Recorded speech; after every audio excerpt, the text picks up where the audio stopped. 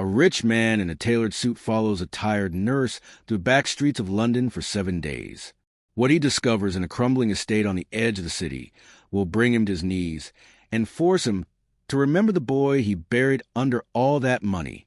Stay until the end, because the twist in the story will change how you see kindness forever. And if this moves you, share it with someone who needs to hear today. There are moments in life that stop you cold, not the dramatic ones, not the car crashes or the phone calls at midnight. No, I'm talking about the quiet moments, the ones that creep up on you while you're standing in an alleyway behind your own restaurant, watching a woman in blue scrubs sort through a bin of leftover food, and realizing with a chill you can't explain that you've seen that kind of dignity before. Edward Cole was not a man who felt much anymore. At 44, he had everything the world told him to want. 7 restaurants across London, each one gleaming and profitable. A penthouse flat in Kensington with floor-to-ceiling windows that looked down on a city he'd conquered. A charcoal gray suit made by a tailor in Savile Row. A watch on his wrist worth more than most people earned in a year. He had built all of it from nothing, from hunger, from a childhood in a cold, damp flat in the north of England where some nights dinner was bread and warm water and his mother's smile pretending everything was fine. He had promised himself, standing over his mother's grave at 22, that he would never feel that helpless again. And for over 2 decades he hadn't, until her. It was his kitchen manager who first reported it on a Tuesday afternoon. "Sir, there's a woman. Comes round the back every day just after 4. Takes food from the waste collection. Should I call someone?" Edward had paused. Something made him say no. "Leave it. I'll handle it." But he didn't handle it. Not in the way he usually would. Instead, every day at 4:02 p.m., he found himself watching from the shadow of the alleyway as she arrived. Always punctual. Always in the same blue nurse's scrubs. Always wearing those yellow rubber gloves, the cheap kind, the kind you find in a pound shop, the kind that somehow looked like the most dignified thing in that entire back street. Her name he didn't yet know. Her story he couldn't yet read. But the way she moved, careful, unhurried, purposeful, like every piece of discarded bread and every untouched portion of pasta was something precious, something sacred. It did something to him he hadn't expected. It cracked something open. She never grabbed, never rushed. She sorted with the quiet focus of a woman who had learned that survival required patience. That love sometimes looked like leftover food placed gently into a translucent plastic bag. On the 7th day, Edward Cole, restaurant mogul, man of power, man who had forgotten how to feel, buttoned his coat and followed her. He didn't know why. He only knew that something in her face reminded him of someone whose face he had spent 20 years trying to forget, and that his heart, buried under all that wealth and armor, had just begun, very quietly, to remember. There are parts of every city that wealth pretends don't exist. You drive past them without seeing them. You build your restaurants and your penthouses and your gleaming lives just far enough away that the distance feels like it means something, like it proves something. Like if you never have to look at the broken parts, maybe they aren't really there. Edward Cole had been doing exactly that for 20 years, until this road made him look. He followed her at a distance, hands buried in his coat pockets, his Savile Row suit drawing quiet stares from people sitting on doorsteps.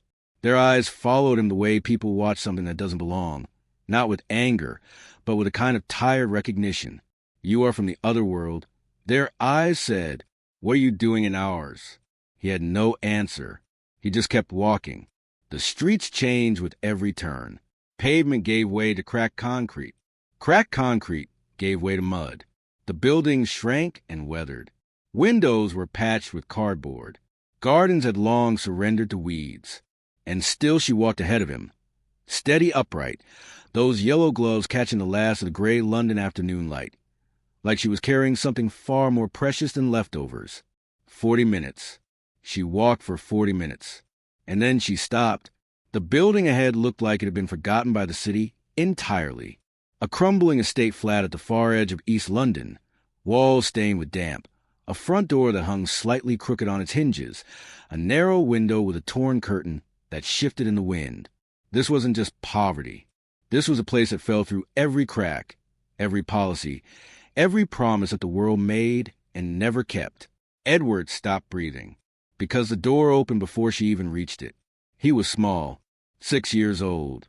Perhaps his jumper had once been blue, but had faded to almost nothing. His trousers were too big, held at the waist with a piece of cord. His feet were bare on the cold concrete step. But it was his face that undid Edward completely. The boy didn't shout, didn't run forward with the wild joy that children are supposed to have.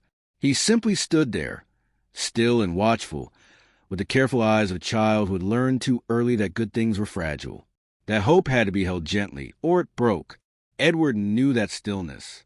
He had worn it himself once, in a cold flat in the north of England, waiting for his mother to come home, telling himself that tonight might be different.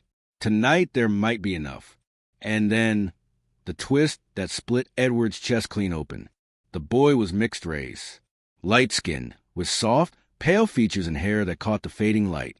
His mother, the woman in the blue scrubs, was black. And in the split second that Edward processed this, he understood, without being told, without needing explanation, the full, crushing weight of the story he was looking at. Adiz was raising this child alone, a child whose white father had walked away. Perhaps the pressure of family disapproval had broken him. Perhaps the cruelty of a world still uncomfortable with love that crossed those invisible lines had been too much. Whatever the reason, he was gone, and she had stayed. This black woman in yellow rubber gloves was walking 80 minutes every day through streets that had forgotten her, carrying food in plastic bags, making sure her son never once felt the weight of being left behind. She was choosing him every single day. She was choosing him the way Edward's mother had chosen Edward, quietly, sacrificially, without asking for anything in return.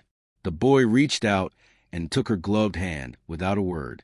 Automatic, absolute, the kind of trust that has no language because it has never needed one. And Edward Cole, the man who had spent 20 years building walls between himself and this exact feeling, sank to his knees in the mud of forgotten East London Street and wept, not for her, not for the boy, but for the child he used to be, and the mother he had never stopped missing, and the terrible, beautiful realization that kindness had been standing right in front of him for 7 days, and he had almost called the police on it.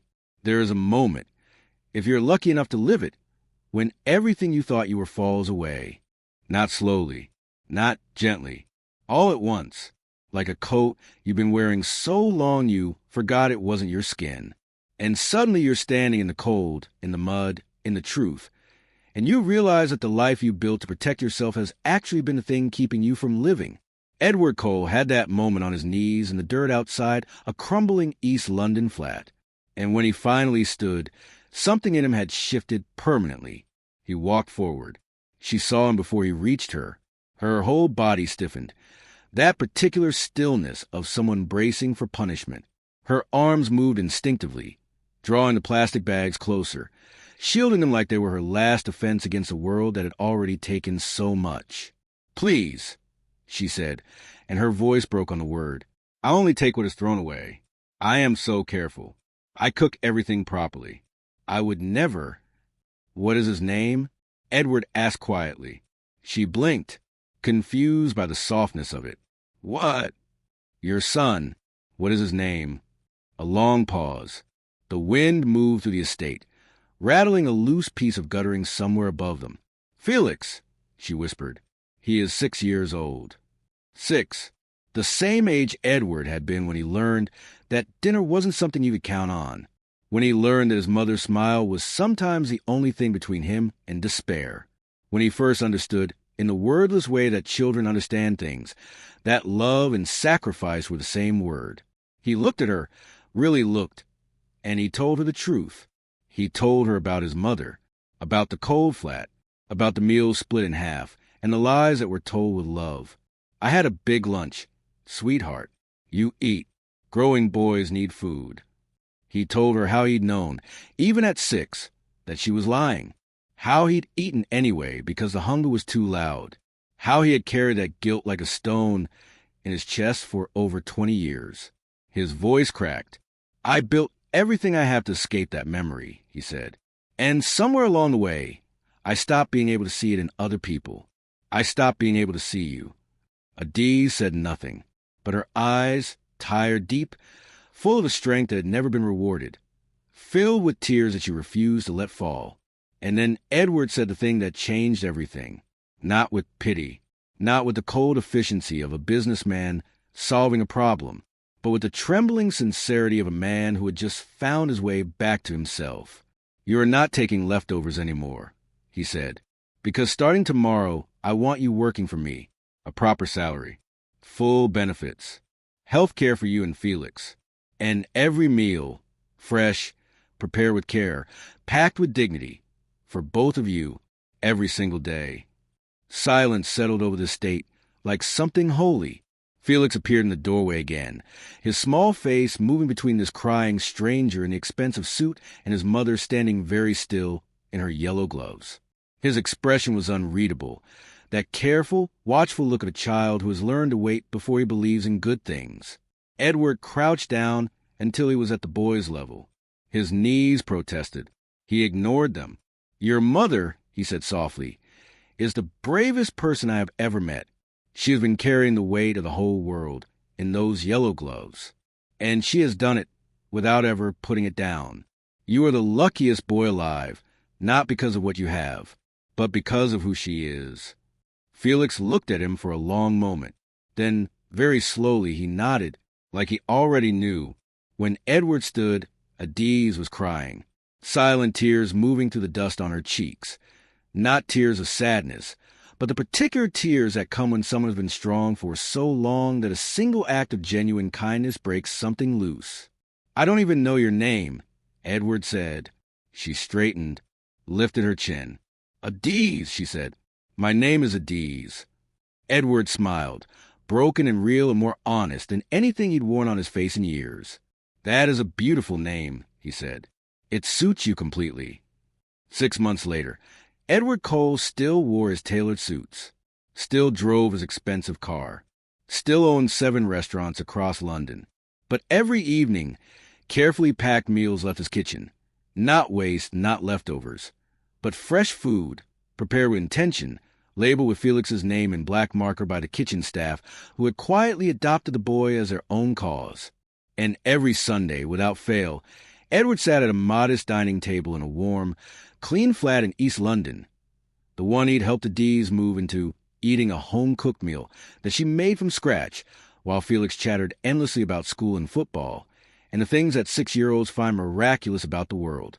No business talk, no phones, no expensive watch on the table between them. Just 3 people who had found each other on a muddy road, that money never used to walk. Edward had spent 20 years building a fortune to fill a hole that only kindness could close.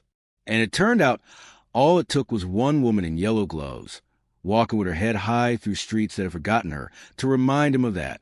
Some people carry grace not in their name, but in everything they do. Adiz carried it in both. If this story moved you, share it with one person who needs to be reminded that kindness is never wasted, even when the world makes it feel that way. And if you've ever had a stranger's quiet act of love change your life, tell us your story in the comments below. We read every single one.